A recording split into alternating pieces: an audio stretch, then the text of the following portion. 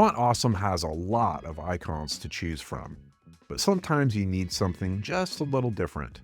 You may even have your own icons you'd like to use. With the magic of kits, you can upload your icons and use them right alongside Font Awesome ones. To start, head over to the kit you want to add your custom icons to. Once you've selected your kit, click the Custom Icons tab. Click the Upload Your First Icon button.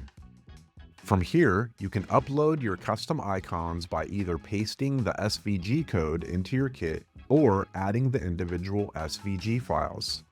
Let's say you want to add 3 custom icons to your site. Select those icons and open them in the browser. Now, from here, you can see that one icon is ready to go, and 2 icons had some minor issues, but we've gone ahead and fixed those. If you're having issues uploading an icon, we've added some troubleshooting resources so you can better prepare those icons. When you're finished adding and renaming your icons, click Upload and Publish Icons. Now you can see under Custom Icons that your icons have been uploaded to your kit and are ready to be used however you use Font Awesome icons. See, that was super easy, and now it's your turn to go make something awesome.